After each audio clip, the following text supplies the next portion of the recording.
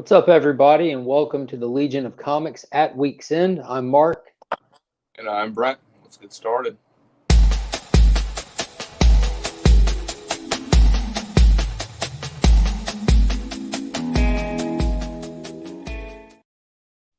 All right, welcome to the video, everybody. This is our weekly recap video where we look back with a spoiler-filled look at the week in comics for the Legion.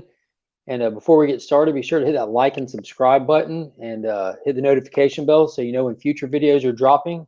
We're getting really close to that 50 subscriber giveaway where we've passed 150, so we'll be giving something away at the 200 subscriber mark. We'll be getting that together and announcing it here soon. And don't forget to hit us up in the comments section. Let us know what you picked up this week, and we'll discuss it. All right, tonight we've got, of course, we got Brent here with us, and also we've got our friend, Do You Have Beans? He's going to be joining us, and I'm about to throw him into the chat here. What's going on, Corey? What's up, guys? Hey, Nothing much, man. Going? Not much, just chilling. What's going on, Robert? Very nice. So you said you hadn't got a chance to read much from this week yet, Corey? Well, Monday I was splitting logs for a friend, and then Tuesday I was splitting logs for a friend, and then my job called me and been off work since July 3rd, and they asked me to come back, so I'm super busy all week. So, Were you off due to COVID? Yeah, I got let go, laid off because of COVID, but they called me back, so I'm going back. Happy. Dude, that's awesome. Very nice. We did That's go a long hiatus. Yeah, 4 months is a long time, but no, it is what it is. Man, that would cripple me. Yeah, it almost crippled us, but we pulled through. Yeah. You hear, man? We I start clearing this wall real quick. yeah, I had to sell a couple books, make sure some stuff was taken care of, but I still got some of my really good books. So awesome. My son took me to a Comic-Con here in our town today. We had a little bitty Comic-Con here. Oh, nice. Yeah, he picked up a. Let me see your book. He picked up a. Actually, he got a really nice book. Oh, awesome!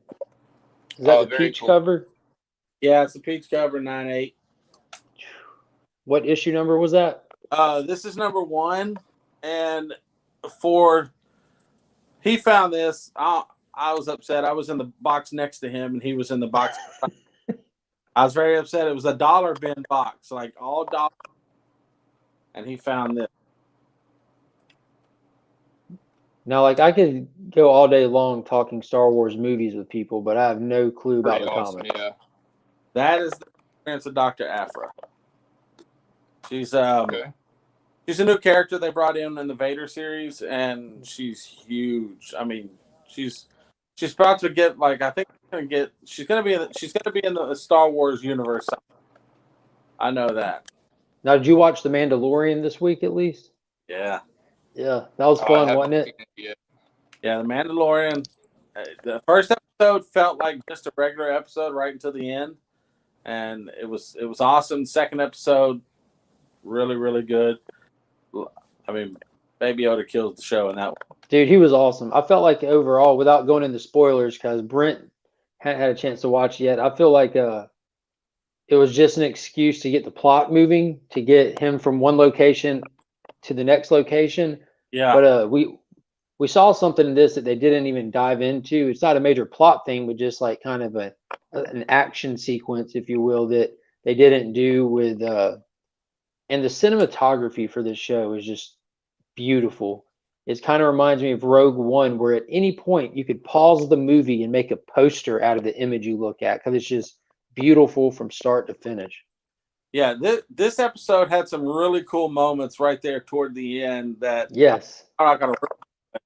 I was just like, as soon as you appreciate that, as soon as you hear it, you're like, wait, is that? Oh, okay, that's freaking awesome. Yeah, I almost freaked out because last night I walked in and he had it like the last 5 minutes on, so I'm walking by like trying to cover my eyes and like not listen to what's going on. It doesn't disappoint. Oh, Steve. It doesn't disappoint at all. I love it. It's good. It sure is. Greatest story ever written. Yeah. by the greatest artist that's ever lived. My buddy sent me a YouTube video that showed how they film it, and they use like this really weird like kind of sphere, but they could walk into it, and it's nothing but like these LED panels around it. So a lot of the shots you see where they're walking around certain areas, they're inside this LED sphere, and like whenever you get reflections of the mountains on his helmet, it's reflecting off of the sphere.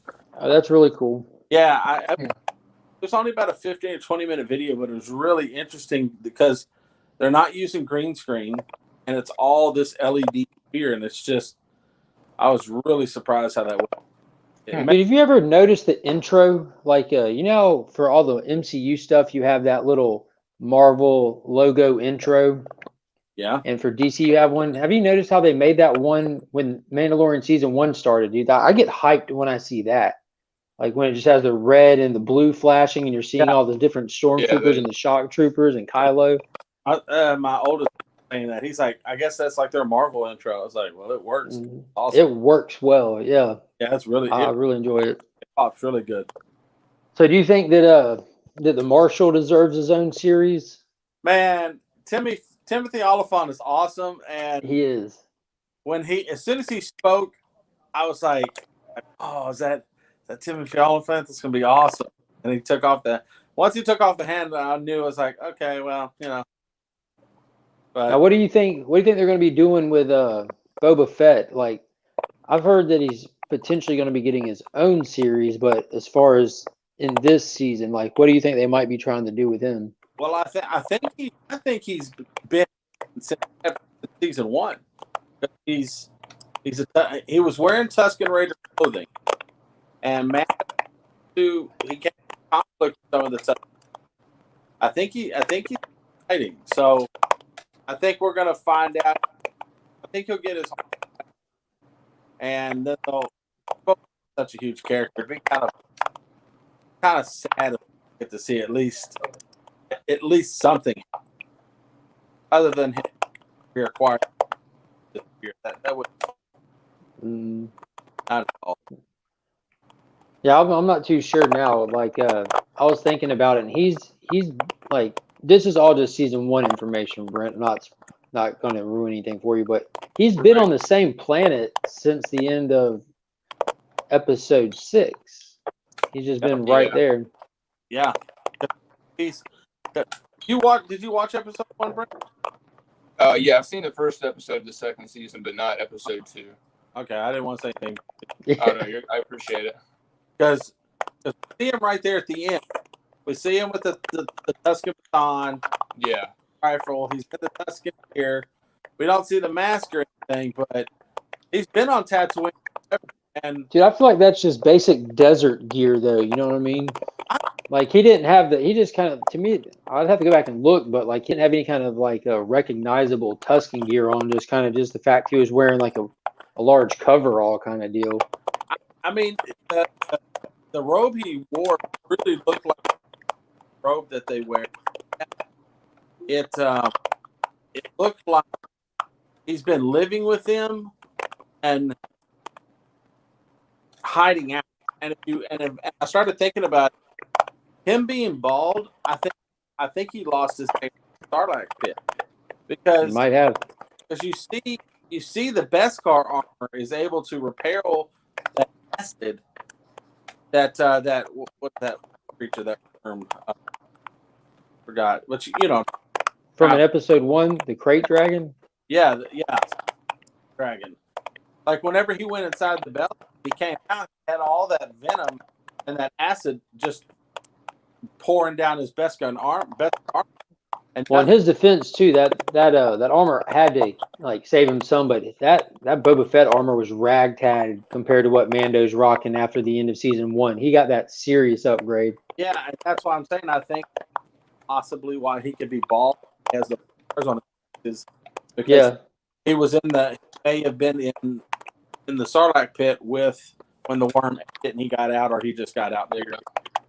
I'm assuming that the Jawas having his armor, they probably came across this damaged Boba Fett laying somewhere dying and scavenged him, and he traded the armor for some help maybe from them to get him back on his feet.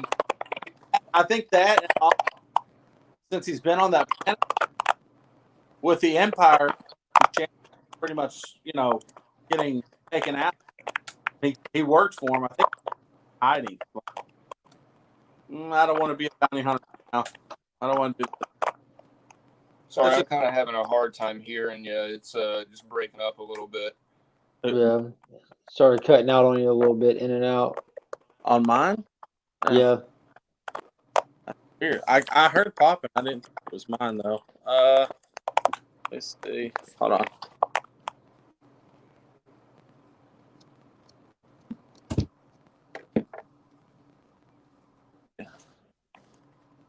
Is it still popping?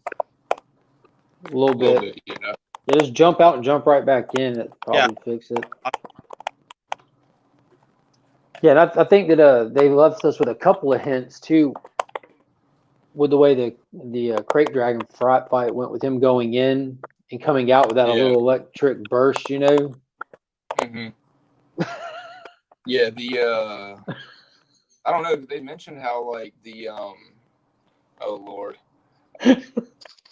Yeah, no, it's I'm staying. He's back in his old house from when he was lived in Augusta. They now painted it up to be a guest room. That was the first thing we talked about when he hopped on here.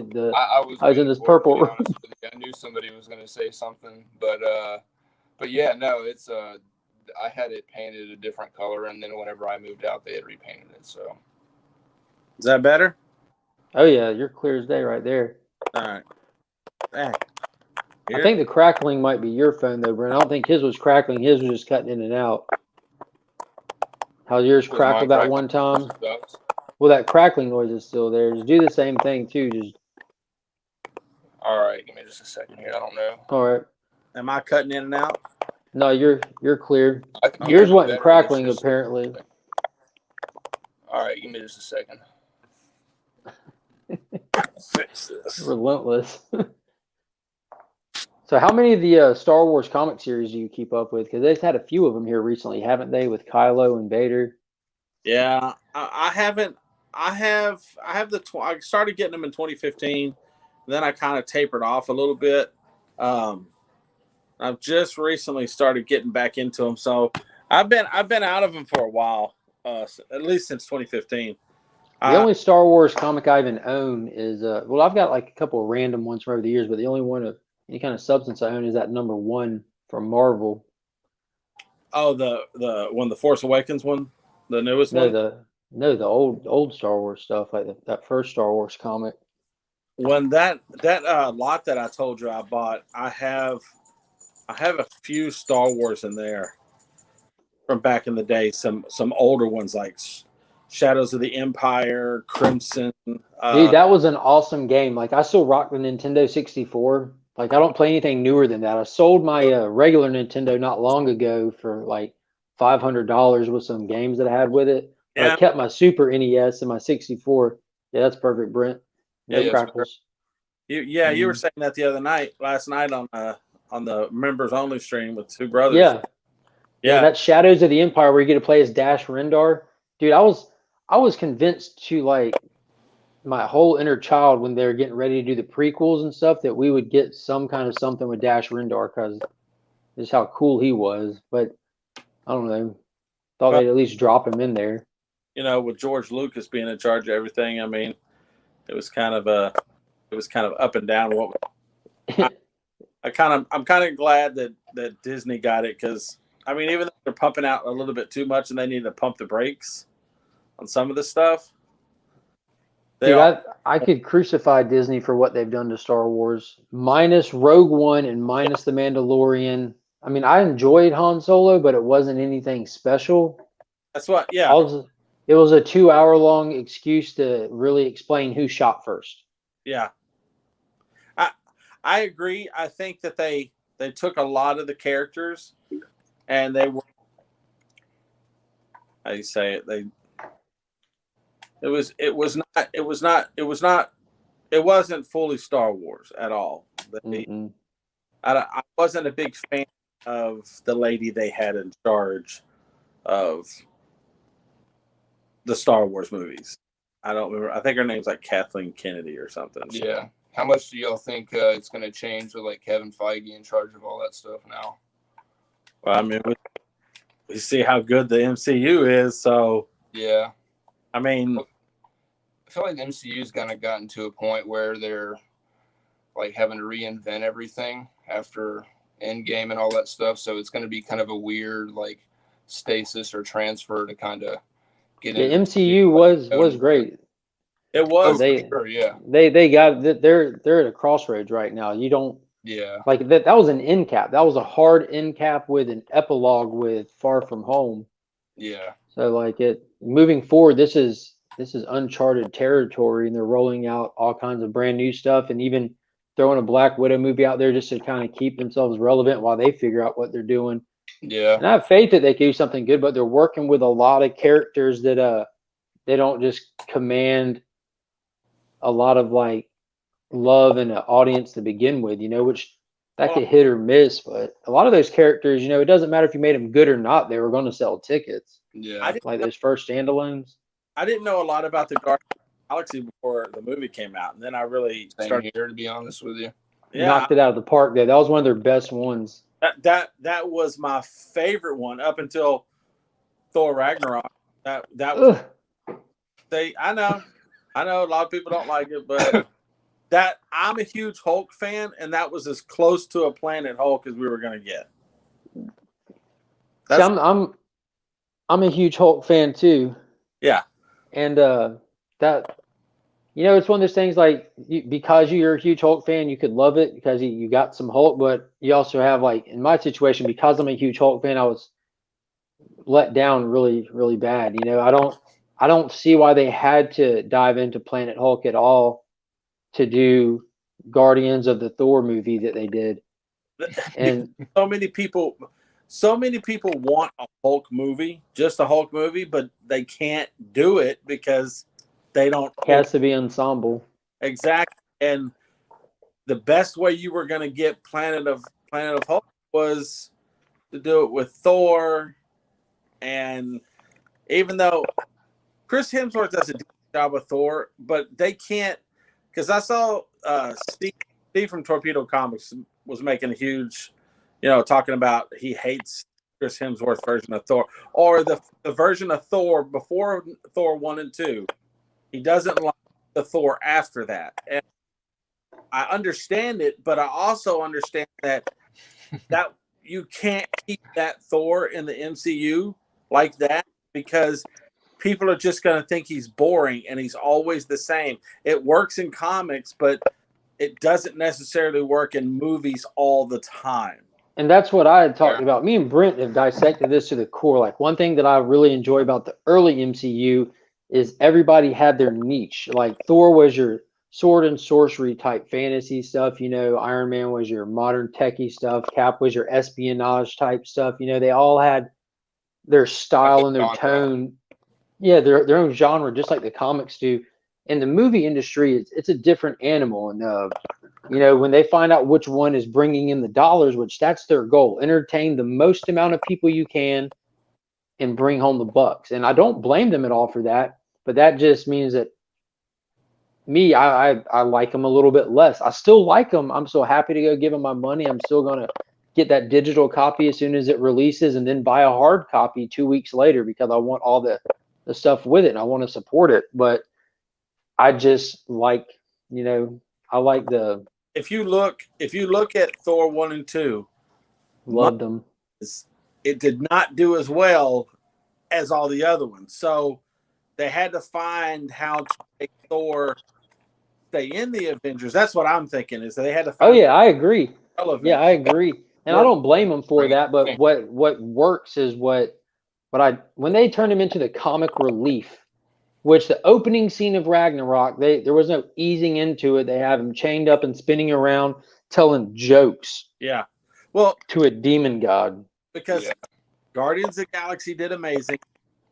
So, okay, guys, that worked really well. Let's shoot with that and do that with Thor Ragnarok and Taika Waititi.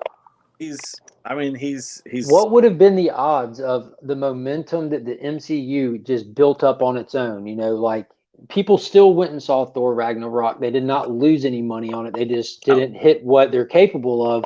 But by the time you get to Ragnarok, having all these other movies that succeed, and more people finding them and getting into that shared universe style, you have momentum. Whether you want to see Captain Marvel or not, you're going to go see Captain Marvel to see what it adds to the overall narrative.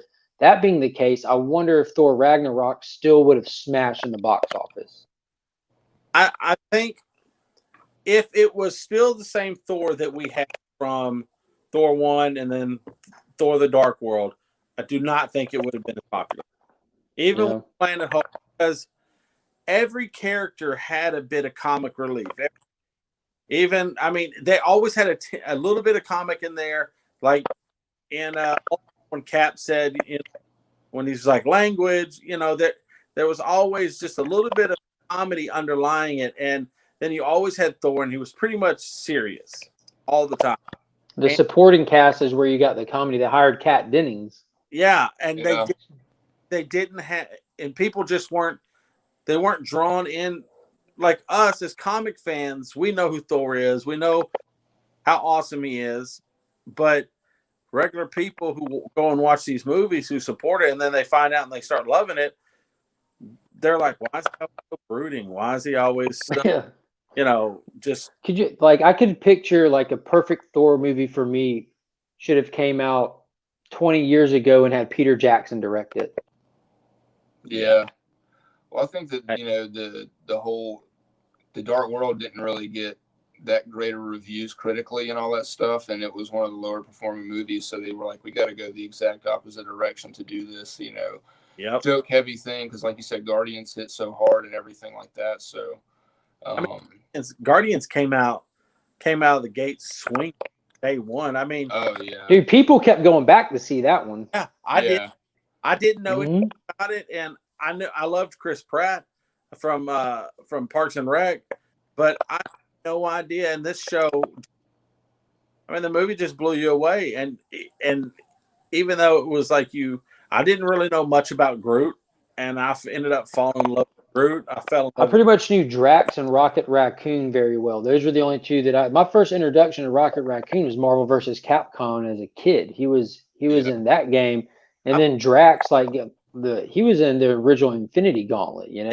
Looks completely different than what he looks like in the. Well, I was also working at my LCS when they revamped Drax with the Annihilation series, where they had Delato do all the covers and everything, and they gave him the cool red and everything. So I was familiar with him, and very familiar with Nova. He's always just been one of those little sideline characters with a cool costume that you know who he is, but don't care enough to actually go find out what he's about. But just a side note, at that con today, they had the first appearance of Rock. I can't remember. It's in the issue. It's one of the Hulk. Yeah, Hulk. I can't even remember now. Yeah, that's on my 2021 list. Dude, the guy was selling it for $180. Mm-hmm. It's easy. It's not expensive. No, but it was That was probably was that a raw copy? Yeah, it was too much because my local comic shop, he has it. How much was Scott selling it for? $40. Yeah, he was selling it for $40, and it was like a VF to probably $40. That's a very good price to me, because that's super cheap. You should have got that, especially for him to be in the movies and everything like that right now. But at that con, this guy was trying to sell it for $180. I'm like, Rocket's cool, but he ain't $180 worth right now. If it was already slabbed at over a 9.4 or better, slabbed, it would have been worth it. But raw, no. So that preview of Aranya for $120. Yeah, they had some preview books of Aranya, and they were selling it for $120. Ain't that the truth? I don't go. Went by quick. Yeah. What's going on, Tappy? How's it going, brother? Yeah, the con was cool. Oh, they had what name? Flash Gordon, the guy who played Flash Gordon. Oh yeah, Sam. Nice. Yeah, he was a pretty cool guy. I like a picture of him as in Ted, just being outrageous and on coke. we talked, all these guys were talking to him, and they were looking at us like, "Oh my gosh, this is so awesome."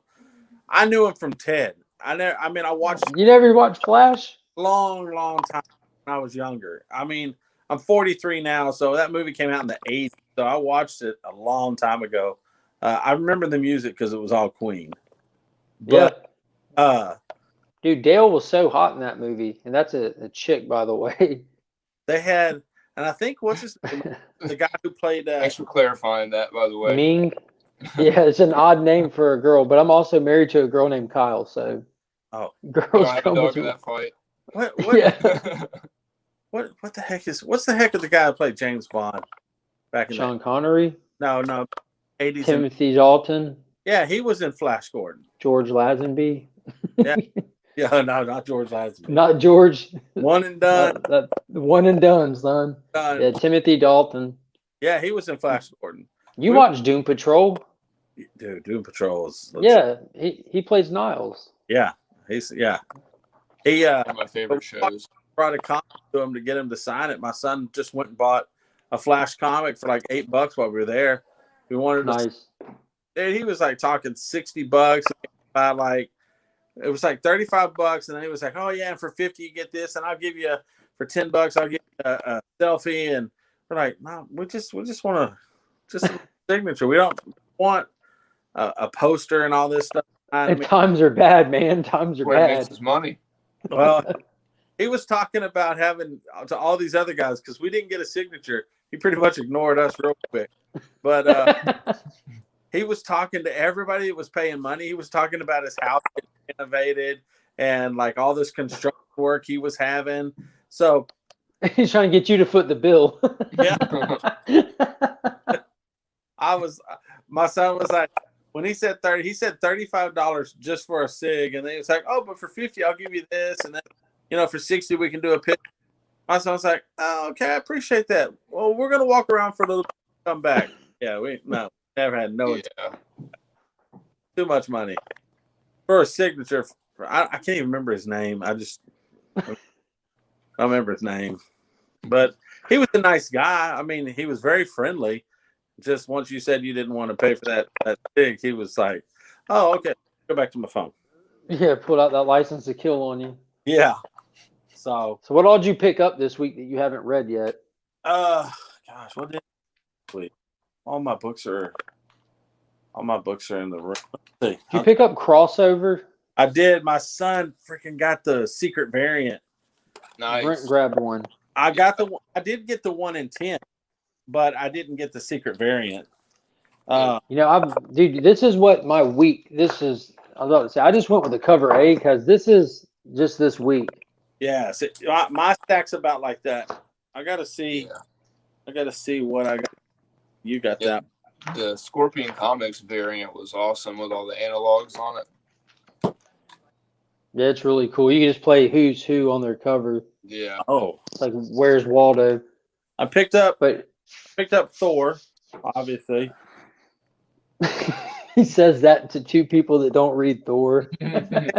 I like Donny Cates' run on Thor. I've heard good things. I just never picked it up myself. Now, these past 2 issues that he did were just kind of like throwaway issues. They were not that good. But this one's getting back into it. I picked up Crossover, Department of Truth. I like that a lot. Now, did that one come out this week or last week? Department of Truth came out this week, part 2. That was last week. Did you read that yet? That was the right. Okay. Did you read number 2 yet? No, I downloaded it. Is it good? Oh, bro, if you like Department of Truth type stuff, I do. This issue, like the first issue, was just an introduction to the concept of the book, to the characters in the book. They kind of just throw all the well-known conspiracies out there just to kind of hook the reader in and find something that the reader can relate to. Because between the flat Earth stuff, the fake moon landing, the Kennedy assassination, no matter who's reading this, you're going to at least be familiar enough with one of those to catch some interest. But now that they got us, they're kind of narrowing it down to a more specific event that's not well known, but then it makes you want to go and look it up. And they're attaching it to Cole and then throwing a little twist in there with it. So they're laying the plot work now, and it looks really interesting. Yeah, it gets really personal. It's awesome. I might read it tonight. Dude is very ambitious too. Yeah. Well, I got news that somebody is trying, like, there's real heavy video for it in You're those. popping in and out again on us now. Yeah. Sorry. Say that again. Is it me popping in and out? Yeah, your voice is just dropping silent on us all of a sudden. Dang. I don't know why. I don't know what's going on. Yeah, my son is in the room freaking playing. It might be sucking my internet out. Tell him he needs to subscribe to the channel. Hey, but he won't get offline. Plug. I wonder if can you send it to dang, I was gonna say Sounds a little better now. I can send it wherever you need me to send it. I'm gonna say my email, because then I can run it off my iPad. I wonder if that'll work better. The iPad's crappy though. Am I coming through clear now? Yeah. Yeah, it sounds better now. You're coming through clear, like it was just it was like you're just hitting a dead spot for like a mute button was getting hit for half a second here and there in your sentence. But yeah, it's not doing it now. It might happen again. I have AT&T. Oh, I have AT&T. Dude, now it's doing it. Yeah, I'll be watching a movie and I'll get a pause in audio for like 2 or 3 seconds, and then it kicks back on. When I FaceTime my buddy and I'm on Wi-Fi, he'll be like, "Hey, you cut it for a second." I didn't even think about it. That's what it is. It's my fiber. This box that they gave us, and it's the other thing. I'm not even going to get into it. It's ridiculous. It's not strong enough for the house. It's not strong enough for the service they provide. But you can't use any other box. Have to use their box. I'd use Xfinity, and I opt to use their box just because if something goes wrong with it or anything, it's under them. It's like $10 more a month. Yeah. But just to know that I can just call someone else and let them deal with it, it's worth it. But I also pay for because when I moved into this house 3 years ago, like I had already before I got here had no intention of getting cable and was messing with like smart home devices and stuff, like when the Google Homes first came out. So when we moved in, we just loaded the house down with Google speakers through the house and put Chromecasts on all of our TVs and just went with internet that can pump a small office unit, and you still catch lag once in a while, but not too often. Ours is really good. It works everywhere in the house. It's a gig down and a gig up. It's fast, but I'll get that dropping audio every now and then. I don't know why. I've called about it. They were supposed to come out here Friday, actually, and they never showed up. So I have a bunch of books that I loaded on because I read some books. I'll still read some books paper, but I download a lot of my books digitally because I like to be able to zoom in words that I can't. What site do you download yours off of? Because I was talking about like kind of cutting back on my pool list a little bit, just to I want to beef back up the savings account after buying that 181 up there. And I just showed you my stack. It's ridiculous. It's like that every week. Comixology. Comixology. Aren't those just like scans where you just scroll through the page? Like you're not flipping pages, you're scrolling down your phone. So if you go, I'll just do Wolverine real quick. I'll click on Wolverine. So if you're on Wolverine, you can click and you can do panel by panel by this little button down here. If you click that, it'll go panel by panel for you. But I don't like that because I have a big, so I'll just click the button. Yeah. So I read digitals on the DC Universe app. Yeah. Same thing. Do you have to pay for Comixology? No, it's free. And like all your Marvel comics that you redeem on, marvel.com/redeem, all those, if you link your Comixology account with it, everything you download will be on there. Oh, so you're just getting the download code out of the back of your books and reading them. Yeah, get that put in there. I know if I was for it was a 10, it'll only come out of 9. But of course, like Department of Truth you don't get any digital code, so I have to buy separate because there's some that I just don't want to crack open. You know. By chance, did you pick up that Hellblazer? It's a Black Label series, a 3-issue that Tom Taylor's writing. No, that was awesome. I Dude, didn't. this is, whew. Yeah. I'm getting frustrated with these magazine covers. Dude, I love these prestige format books, dude. This artist on it, this art in here is beautiful. And where do I put it in my? I have to put it ways on my box. oh, I gotta just get a magazine size box. Yeah, well, I don't Yeah. have covers yet, but yeah, it makes.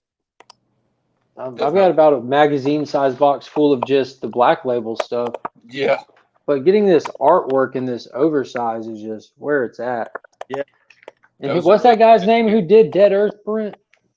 Daniel Warren. Daniel, yes, dude. And he did that Wonder Woman Dead Earth 4-issue series. And that dude's art. Have you ever read Murder Falcon? No, but I'm gonna look. You need to make a note of that, dude. That story, like I don't read, like I don't just naturally chase off kind of oddball stuff, but Brent put me onto that one and bought me the trade because he just felt it was that important. And I sat down and read, and it's not a thin trade either. It's a thick boy. I read straight through that thing. I couldn't. It's called Murder Falcon. Yeah. That's one of my. If you search it, I'm sure it'll be the only one you find. See here. Well, they have it was unlimited. It's free to read. So nice. I'll add that to my. Just added it. Dude, that's such a great story, and like honestly, the only series that's given me like goosebumps in every single issue that came out. It was so good. How many? It's a cool concept. 8 issues. 8? Yeah. Okay. And that's the whole story. That's all of it. Yeah, they don't do any spin-offs or anything. It's a pretty definitive end, but let me see. I just got it. Let me see if it's on that. Yeah, I met that guy at Heroes Con last year, and he's like the nicest dude ever.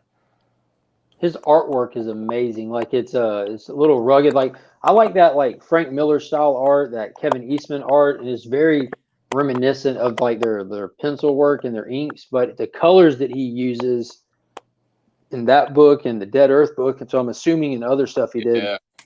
Yeah. You know what it kind of reminds me of? Just the cover. I won't say the art. That show that used to be on. Was it comedy? What comedy? I think it was on Cartoon Network. What was that? Adult? Robot. No. That Death Blow or Death Metal show. You know what I'm talking about? Metalocalypse? Yeah. Metalocalypse. Never heard of it. That when I saw the cover, that's the first thing I thought about. Only because they're thrashing a guitar and yeah, the whole thing is like that. Like to give you a horrible synopsis of it, that's like his spirit animal, basically, that's powered by his music. You ever play Brutal? Brutal what? Brutal. I don't know what you're talking about. The Jack Black game. Yes. Yeah. That dude, man. If you haven't played it, it's worth picking up an Xbox 360 just to play it because it is hilarious and it's not. He is a roadie for a death metal band, and the guy, like one of the main guys, I think he's gonna die up on top of one of those that they go on there and save his life, and he ends up falling and I guess kind of dying. He goes to like rock paradise. Everything is like people like walking around with these weird masks on, and they have like tailpipes coming out, and in order for him to open like some portals, he has to like thrash on the guitar, and he's got a bit. It's the weirdest game I've ever played. But Jack Black, oh, it's crazy, and things in the whole thing. The game is ridiculous. It's fun. I love that. I played that when it came out. I rebought it and play it. I have not read Firepower yet. I have. It's a good one. And I heard that issue 3 was supposed to be really, really good, and so I made sure I kept it on my pull list because I had heard a couple people talking about how good it is. Did you read the original Prelude trade paperback, or did you get the trade paperback? Firepower? Yeah, it doesn't start with issue 1. It starts with a trade paperback called the Firepower, the Prelude. Yeah, it was released on Free Comic Book Day with another like free comic book for it as well. I think I had a couple of those actually. Yeah, you got to read that. That trade paperback is What's it look like? You have it laying around? Yeah, give me 1 second. It's like him using the firepower. So what exactly? I mean, he has firepower. So the premise, he trains at this like temple that is trying to figure out how to harness the what they call the firepower. And it has something to do with like manipulating body heat to ignite the air and all that stuff. And nobody's been able to do it for 1,000 years. And this dude comes up and like figures it out on like kind of on accident, like in the heat of the moment type of thing. And that's pretty much the beginning of it. But it kind of starts off goes off in a whole different direction. Okay. No, I want to say no, I don't have that. I thought I had that. Okay, I'll have to look for it on you. Yeah, I saw it was coming out on Free Comic Book Day, and I told myself, I was like, I'm not going to pick it up. And then I started looking through it, and I was like, okay, I'm going to pick this up. Wasn't that by the guy who did Walking Dead? Yeah. Yeah, dude, it's awesome. There's a couple other books called Outcast and Oblivion Song that are really good. Yeah, I have Oblivion Song #1. I got the pink variant back. Oh, nice. Yeah, so I have that. I wanted to read that and the other one, Scotty Young did, Middle West. I heard that was a pretty cool. I really like the art in that one. That was a cool story. I heard it was kind of like a father-son type dynamic between that. Well, yes and no. It's about a father and son, but not necessarily like they're apart for most of the series, and that's all I'm really going to say. But it's got a really cool, like weird, like magical world type of vibe to it, but it's like very subtle, and so it's crazy because they kind of mention it just like as a regular like way of life, like that's how it's always been type of thing. It's not anything that anybody learns or whatever. It's just part of their history and everything, but kind of has like a carnival vibe to it for quite a while. But it's definitely a cool story. Yeah, my son just said I'm gonna read. So don't worry, we'll read it. There you go. Yeah, it's only 18 issues, I think, so it's not teamwork. Well, he loves Scotty. He loves Scotty. Like one of his favorites. Some of his writing. Not a huge fan of the bubblegum art type of. He'd be great for children's books. Yeah, well, he did like a sequel to Wizard of Oz. Well, I think that's where he started. Because he's really known for that, like you said, that bubblegum art. But did you look at his What If Venom cover? Yeah, that one is pretty awesome. That's like an exception to the rule, though. I feel like he doesn't really do anything else like that. Well, then he'll draw regular style, but they're very cartoony. Yeah. Instead of that bubble, I don't dislike him.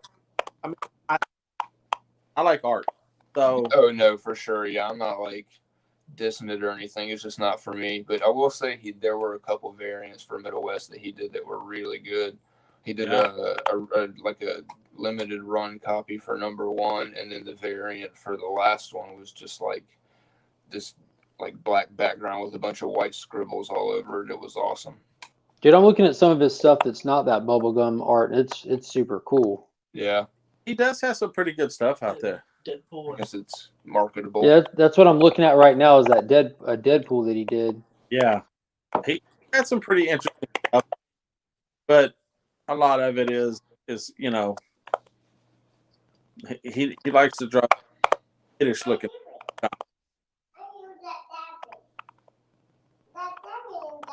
Yeah. That's pretty wicked. Yeah. And that works well for Deadpool. Yep. Because he started crazy. So what are some of the other most recent reads you've got? I picked up. That's why I was looking at Comixology, because I was looking. I just read Venom. Yeah, I read. Did you read any of the Tales from the Dark Multiverse they did? They put out 5 of these previously, and they just started started the first of 5 more to go. They're all just one shots. Yeah, I picked up that one. I have that one. I haven't read it yet. Oh man. Did you read any of the ones that they came out with previously, like the Blackest Night or Judas Contract, Nightfall, Death of Superman, and Crisis on Infinite Earths were the first 5 they did. Or Infinite Crisis, sorry. Yeah. Were they tie-ins to the Death? No, these are just standalone books that just kind of you know those one shots that they did with the original Metal, like the Drowning and Devastator, where you just kind of get an idea of where these characters came from and their story of becoming who they were. These are just other worlds in the Dark Multiverse where you're seeing similar events that have happened, but just go drastically different and horrible every time. Yeah. So they're taking some of the best loved comic stories and they're retelling those events in the Dark Multiverse, and they're every time they're really enjoyable. Yeah, Nightfall was definitely my favorite in that series. It was wicked. Yeah, but it also like you just didn't, I guess, going into it cold, you didn't realize like how far they were going to go into that. Yeah, what you were getting yourself into. Yeah. It was awesome. Picked up that one, but I don't have all the other death metal series. I have like actually one, the Flash Red Death. Yeah, the Red Death cover and pop that came with it. I won that.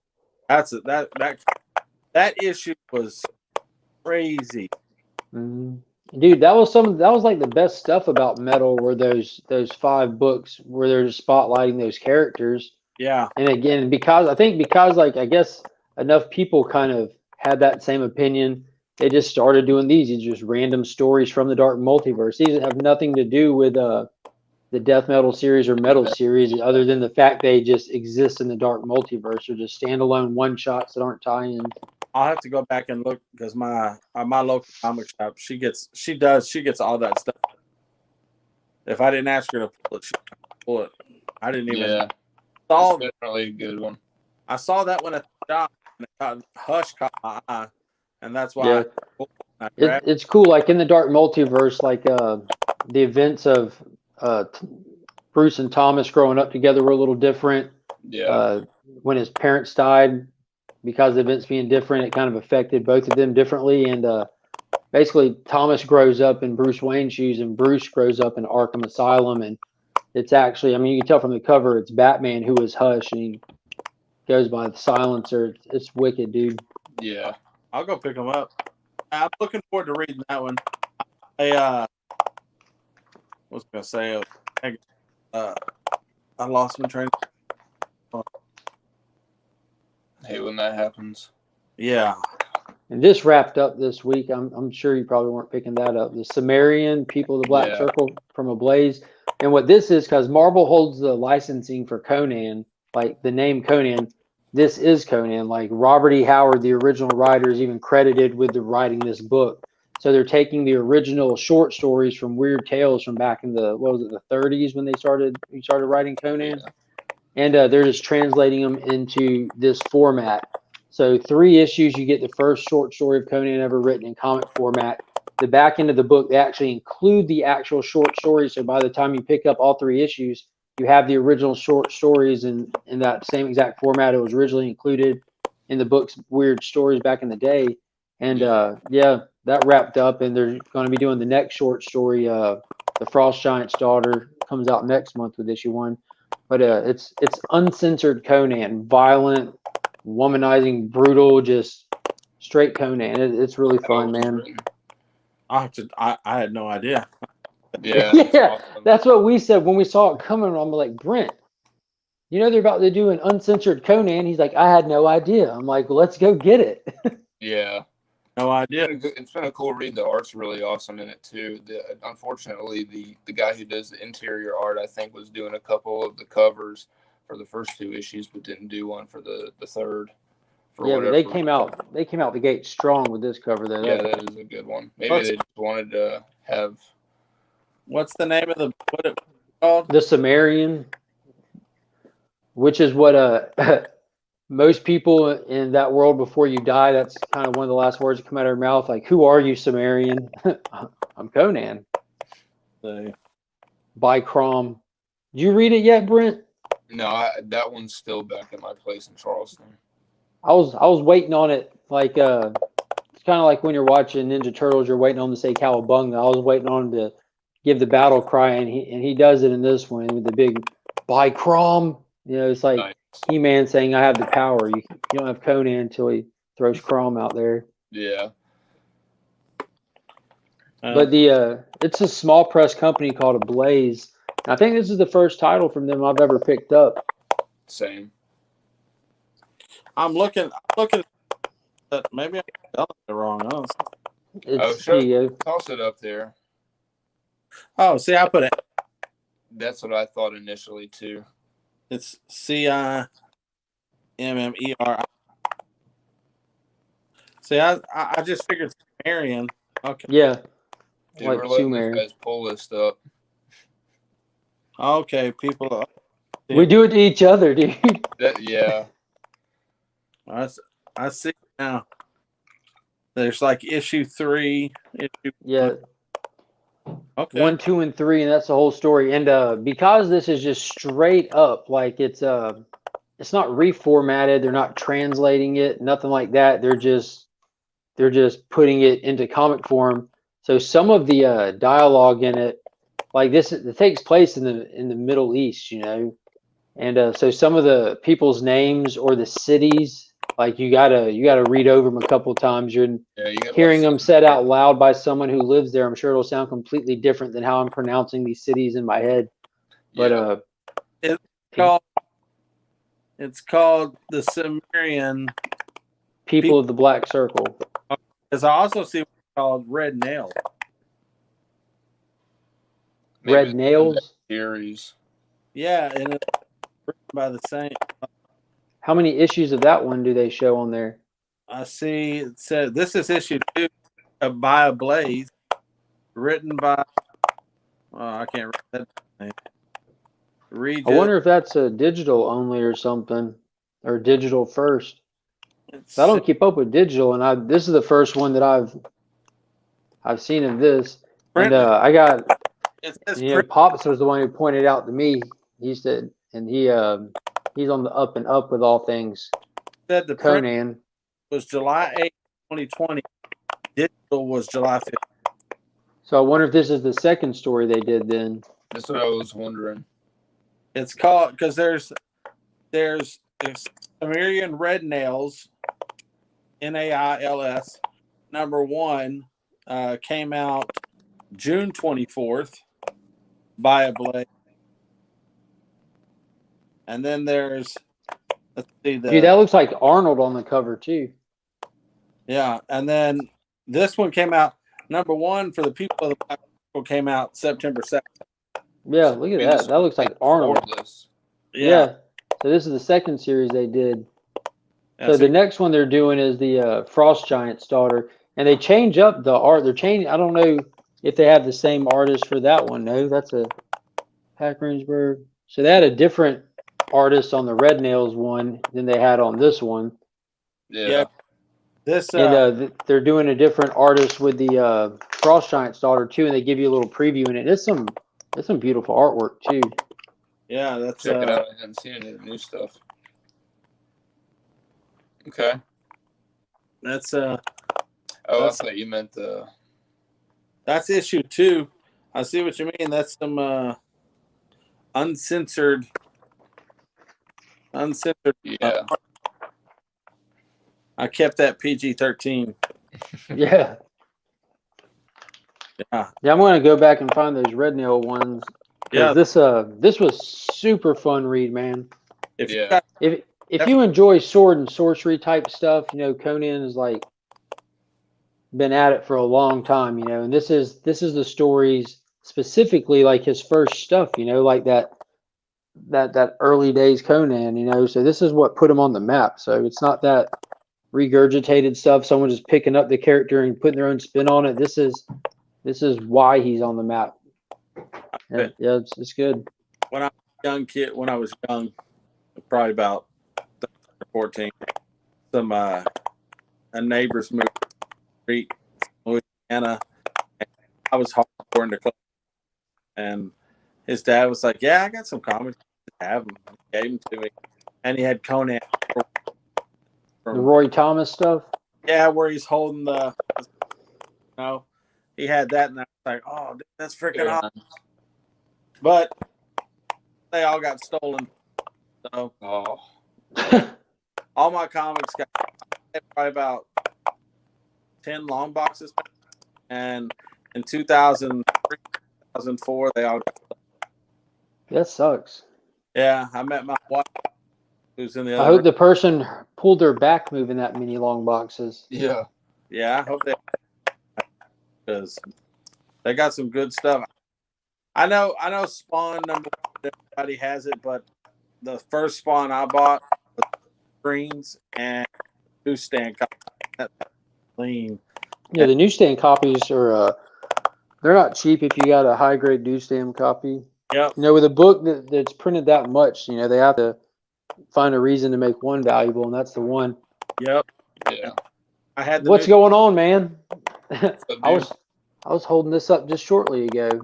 Kid Rano Prince on Instagram. That dude's awesome. That's where I got these stands from, man. That I got that sitting in. Things are super sweet. 3D prints them, then hand paints them. Oh, 3D printed them? Oh, that's cool. Mm-hmm. Then he hand paints them. They're really nice. Nick should, brother. Yeah, I seen he got that 3D printer. I was on that show that night when he was on there making that oversized Green Lantern ring. And then ran out of all. That's rough. I was wondering what he was going to put it on. His He was making a Green Lantern ring that was this. He made just a regular Green Lantern ring, Then he's like, I guess I'm going to make a bigger one. So he started making one that was this big. Then it was, all right. It would fit his arm. Like he'd probably be able to put his arm in it and wear Hit Boy or something from. Is it crackling really bad on y'all's end? Yeah. Yeah, I'm gonna jump out real fast and jump back in and see if that helps. All right. It's weird that it's doing that. Yeah, it did that before on him, and yeah, we were on one of those members chats on Burke's channel. It was his first little members chat. It was crackling real bad. I don't know. What happened to you last night? I thought you'd show up on the members only channel on Two Brothers.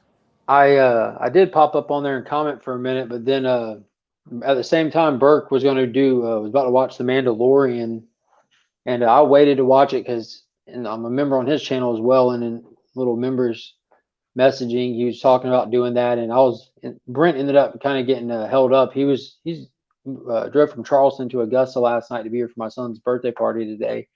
Oh. And so I was just sitting there, and I was about to just jump on the Two Brothers chat and hang out, and the time was just right there by The Mandalorian. I saw I had enough time to watch it. I wanted to watch that, so I fired it up and just hung out on the live chat. We were on that. We were on for literally almost 5 hours, like 4 hours and 54 minutes, something like that. Yeah, I went and dude, I get up early. I get up like at 5 o'clock every morning and run around with kids. And I work at a kennel. I manage a kennel and do like dog boarding and grooming and stuff like that. And it wears you out, man. 12-hour shifts of that. Yeah, I used to work in a veterinarian clinic, and and I cleaned all the kennels, walked the dogs. I love that. That was a lot. Yeah, it's a fun job. It's nonstop. Before Brent got the job at the hospital he's at right now, he came up there and was helping me out up there, like as an extra job. And you were there during the summertime too, weren't you, Brent? Oh yeah. Yeah, it ain't. I don't know where you're at, but this is Augusta, Georgia, and it's November something, and I'm wearing shorts and a t-shirt and flip-flops all day long on an overcast day. I live Where? in Texas, in southeast, Texas. where Okay. we get winter for maybe a month out of the whole 11 months we have. Yeah, right. that's how it is. That's how it is here. We get 1 month of winter, and out of that 1 month of winter, you might need a coat for 2 weeks of it. Yeah. Yep. I love it. Nice. We're wearing shorts in December. I mean, January is about when it gets cold. January and February is roughly about as cold as it gets here. And depending on what's going on, we might get like a morning or two where they're like, you might want to leave your faucet on a drip or something just to protect the pipes or whatever. I wear flip flops year round. It's just that comfortable. I grew up down in Texas, and then I moved to Nashville in '97, and I stayed up there in Nashville till 2002. You got winter up there, I bet. Yeah, and whenever it snows up there, everything shuts down. Even though they have salt trucks and plow trucks and everything shuts down. Everything. That's how it is here. Like if and we don't even get snow that sticks. Like what is it? Once every 10 years, Brent, we get a snow that'll stick for 2 or 3 days. Yeah. And if we get like little, if we're lucky, if we get like little just sleet drizzle, like cars, I don't know what it is, like cars just immediately veer off the road and just run into something. Yep. But I went to visit my dad in Detroit. We both lived in Nashville, and then he got remarried, moved up to Detroit, and I went up there for Thanksgiving and stayed with him for a week. And when I was going to leave that day, I mean, it was just powder everywhere, just everywhere. And I was like, oh, I'm not the next 2 days. Like, why? And, dude, get the shovel and go home. Dude, I was riding a bus. We drove the bus on a bus. The bus had changed. Left, got out. They didn't change. Stopped, unhooked, threw a little thing to the bus truck, and I was like, dude, this was nasty. Shut down, buses closed. Yeah, you're cutting out. You're cutting out more than you're staying in now.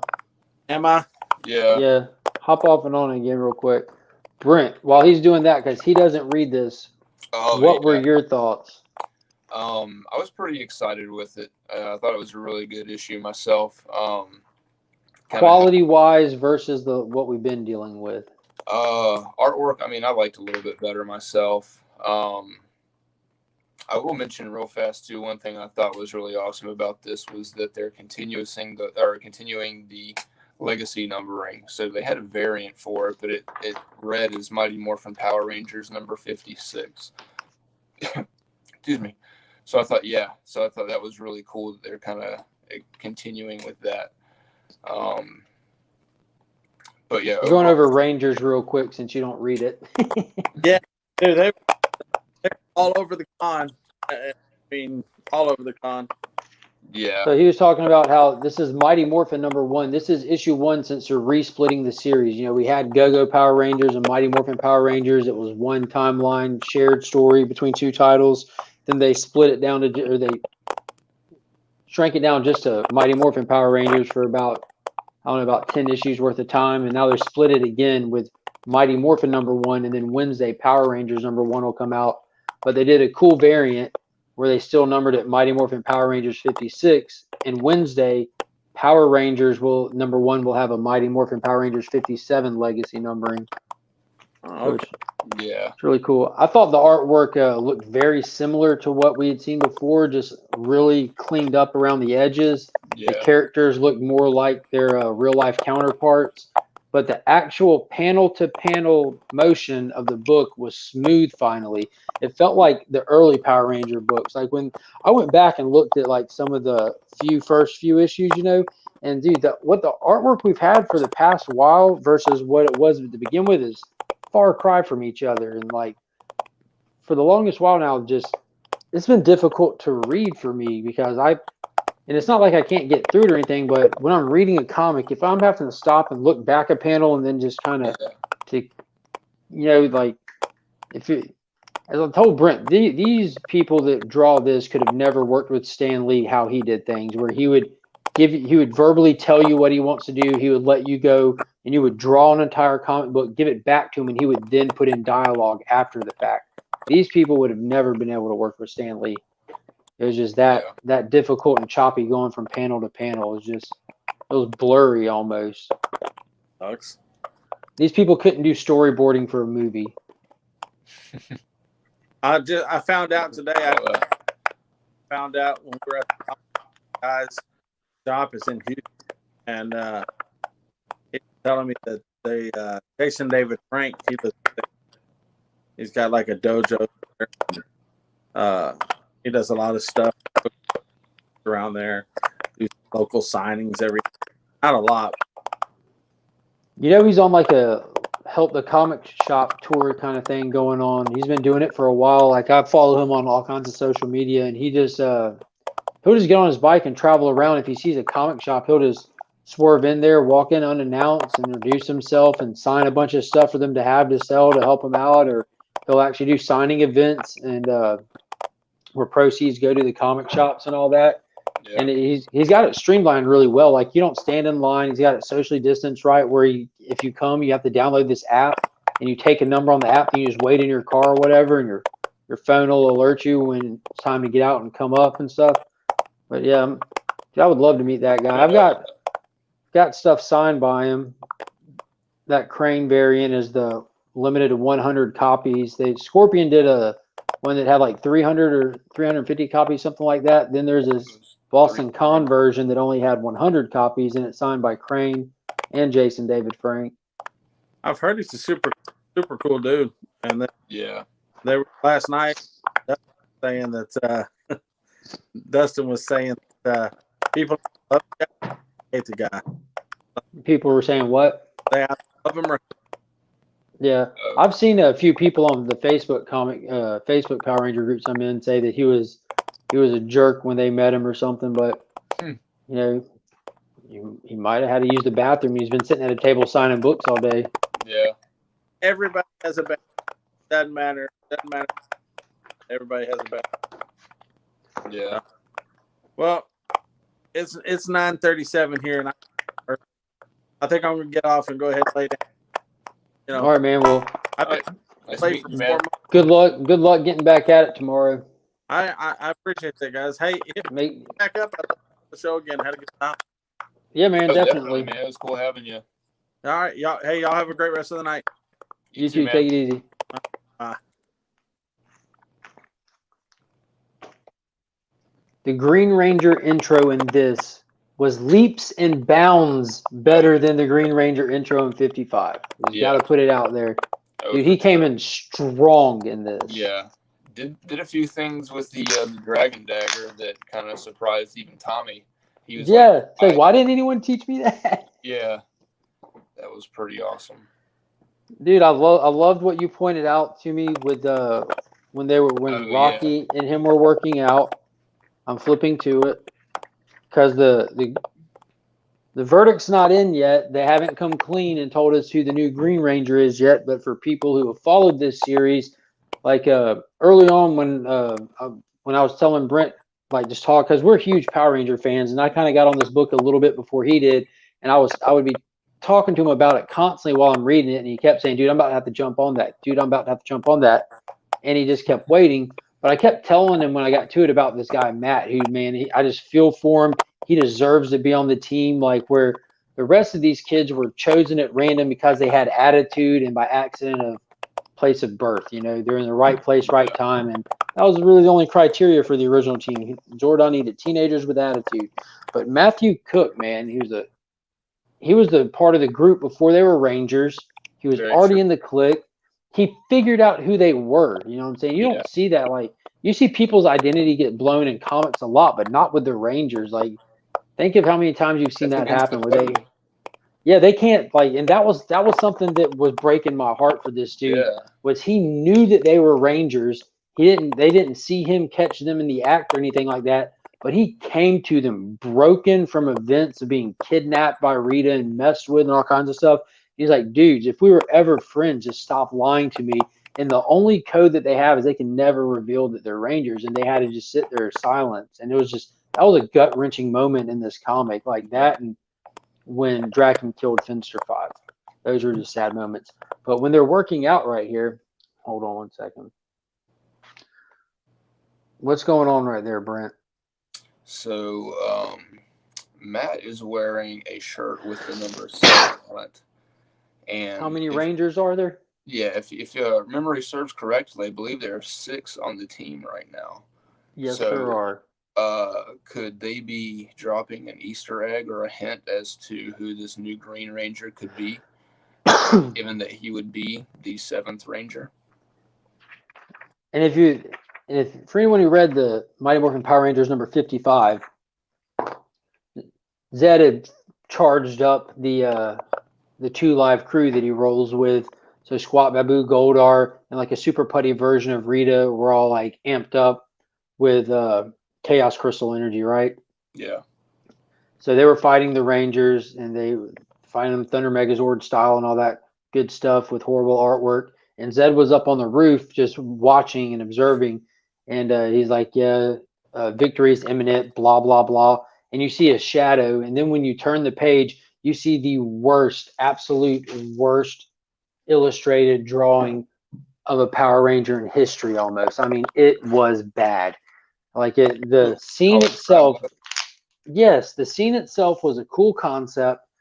And like they've been building up to this Green Ranger, and they give us a nice full page of that. Dude, I didn't realize how like tabletop straight that like. Yeah, dude, isn't that horrible? It's like too perfect. It's too perfect if you're a crab. Yeah, I just mean like humans don't shape like that. It's like the off-putting type of perfect, though. It's like, when... Yeah.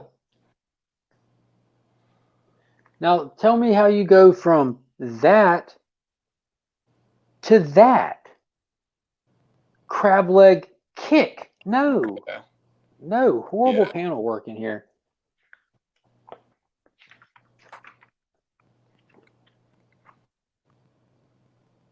Look at Draken's face. It looks like the Joker almost.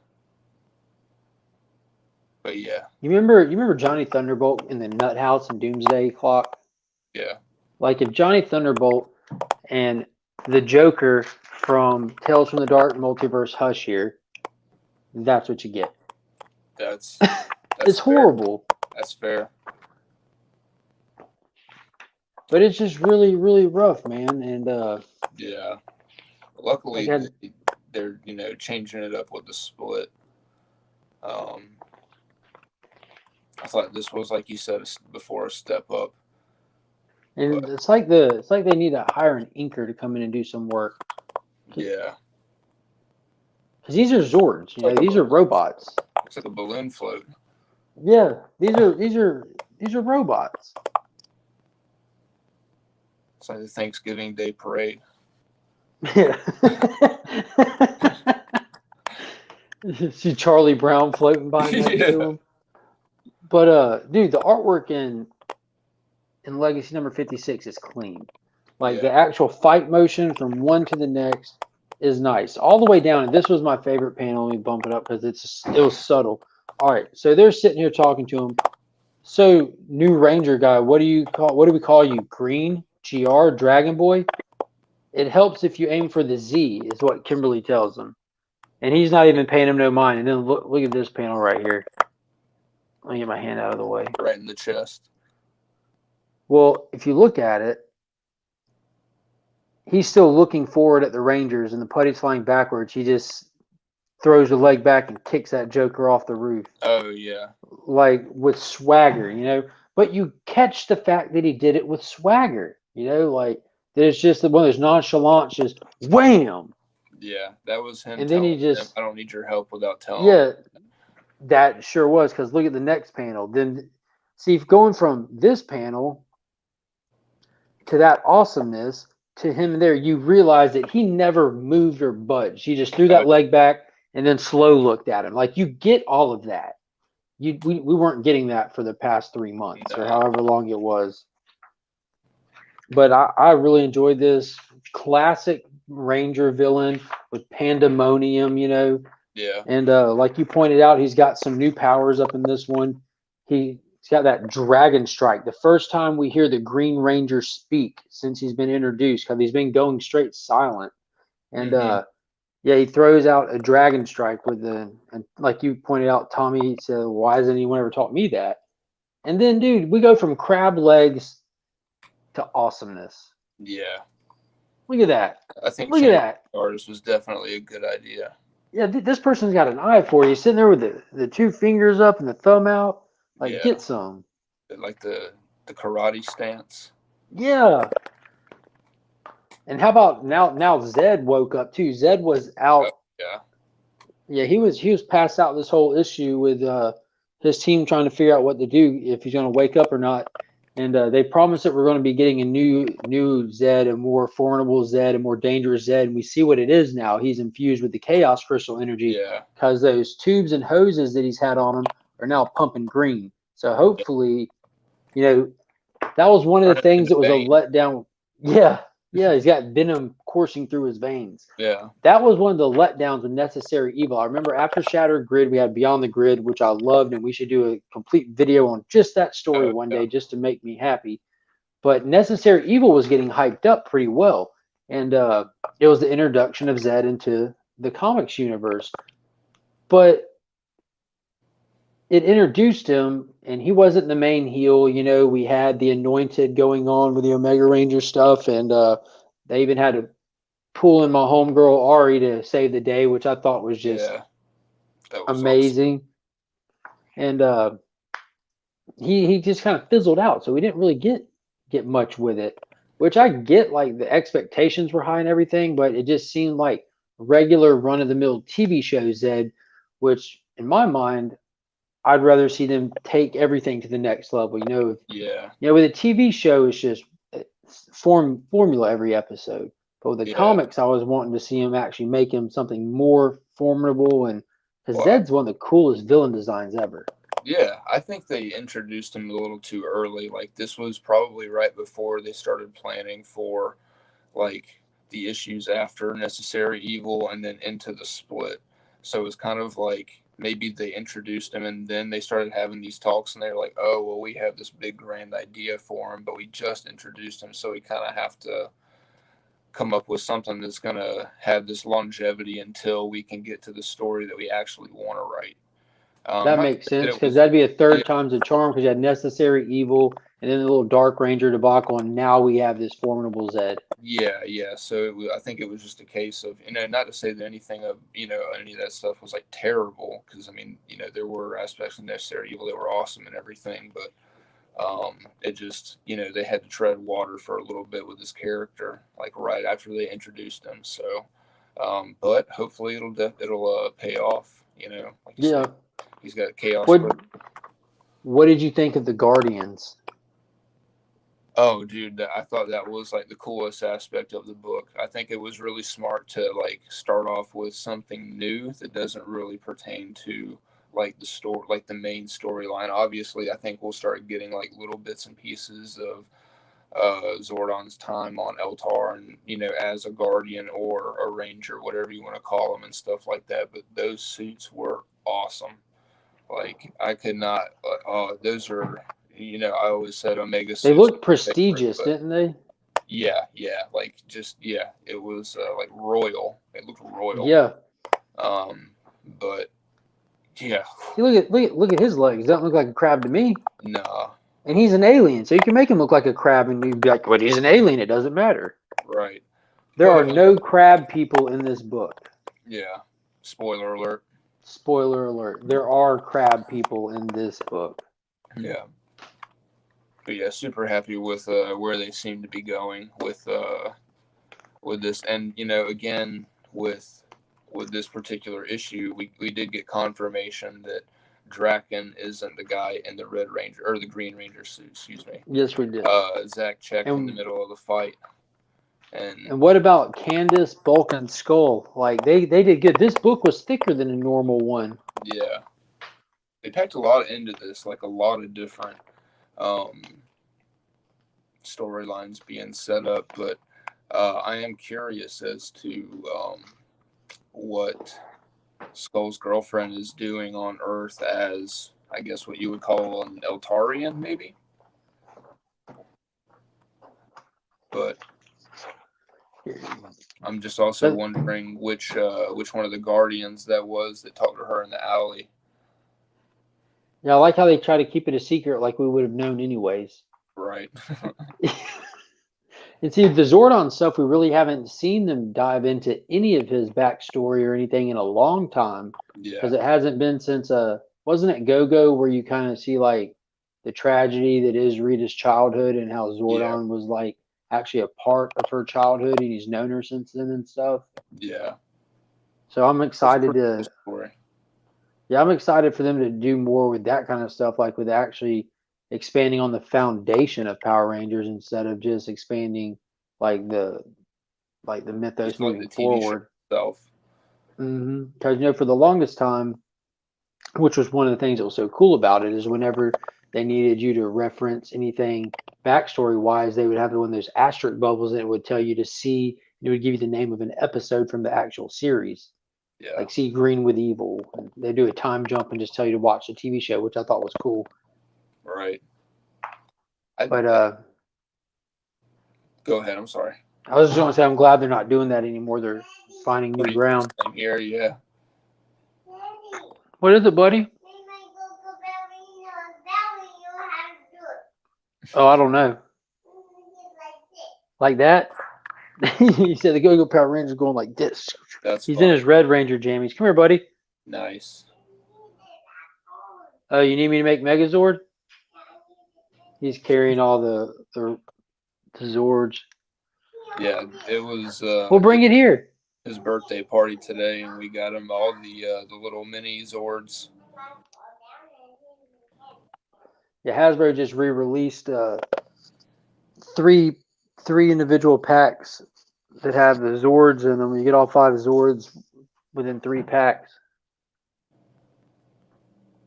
And Kyle did good. She actually deconstructed it for him. So he had the Triceratops.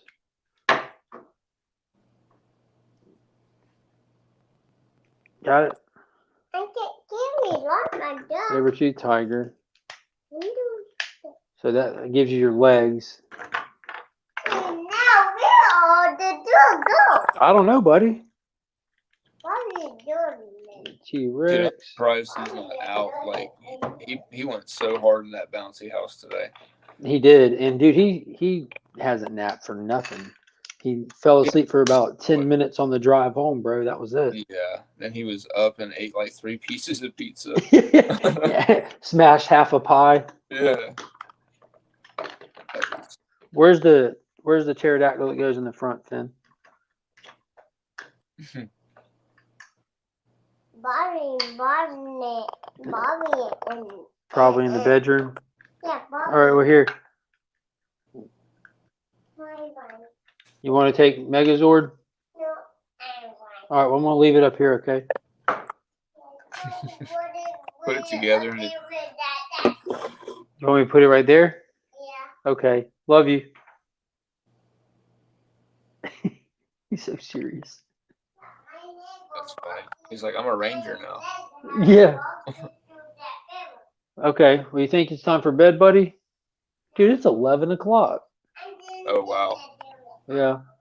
Well, I'm going to take it in, too, because I got to get up at 5 a.m. in the morning, and I had, due to his birthday, an unusual off day today, so want to make sure that I'm energized for the long shift tomorrow, playing catch up if need be. I have faith in the team, though. I think they got it handled today. You're on a tight ship, man. Yeah. But yeah, I'll see you tomorrow night for dinner, and then we'll get tomorrow we'll get our Legion list, our new comic book day video out. Show everybody what we're going to be picking up, what we're looking forward to this week, and then Tuesday we actually get to go to the comic shop together. We haven't got to do in months and months. I know, right? That's going to be. I'm actually heading back to Charleston Tuesday, and that's going to be my my last stop out of town. So we're going to meet up there, and should Maybe we should do a video. Yeah, possibly. That'd be cool. Yeah. It's kind of last minute to figure out. I haven't done any, I haven't played with my video editor yet. I've got the video editor on here, and I've done like, when I first put it on there, I messed with it just very briefly. That's something I need to work out, because you're coming right back home for a long stay. Yeah, around Christmas. Probably get that figured out. Be weird doing a video when you're leaving, though. Just be like me and Finn sitting there crying on a curb while you drive off. Have some doves flying off and shit. Yeah. Yeah. Whoops. Yeah. All right, man. Well, yeah, I'm gonna go get him rounded up in bed, because normally what happens next after he walks in here this late at night is Kyle comes walking in here very angry. Yeah. From where he just woke his little sister up. Can't have that. No. All right, man. So everybody, thank you for watching. Again, if you're made it to the end of the hangout with us, keep reading comics, keep collecting. And remember, we are Legion.